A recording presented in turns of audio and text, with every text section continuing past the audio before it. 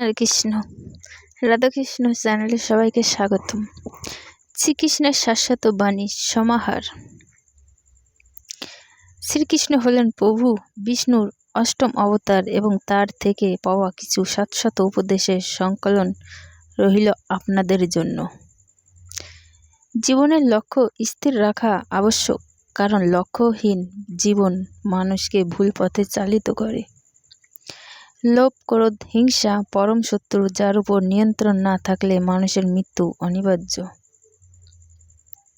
ইন্দ্রিয় থেকে প্রাপ্ত আনন্দ প্রথমে অমৃতের মতন মনে হলেও শেষ পর্যন্ত এটি বিষের ন্যায় ক্ষতিকারক হয়ে ওঠে, যা কেবল মানুষের জীবনকে পাপে পরিপূর্ণ করে। মানুষ কামনা ও বাসনা হল প্রভূত দুঃখের প্রধান কারণ। জন্মের সাথে মানুষের মৃত্যু নির্ধারিত, তাই নিজের কর্ম করো যা অনিবার্য, তার জন্য দুঃখ করো না।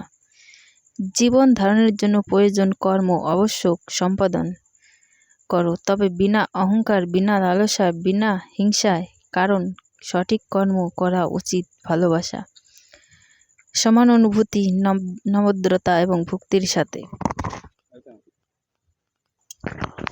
মনের স্থিরতার জন্য শান্তি, ভদ্রতা, নীরবতা, আত্মসংযম এবং পবিত্রতার শিক্ষা গ্রহণ করা আবশ্যক। কেবলমাত্র স্বার্থ ত্যাগই হলো আনন্দ সন্তুষ্টির একমাত্র সহজ পথ।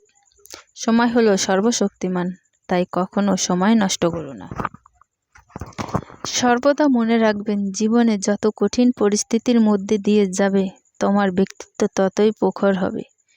প্রতিটি কর্মের আগে আমাদের কর্মের প্রতি সঠিক মনোভাব গড়ে তোলা আবশ্যক, তবে সেই কর্মকে আনন্দের সাথে সম্পূর্ণ করা সম্ভব। সঠিক উদ্দেশ্য নিয়ে সঠিক কাজ সম্পূর্ণ করাই হলো আমাদের জীবনে পরম সাফল্য।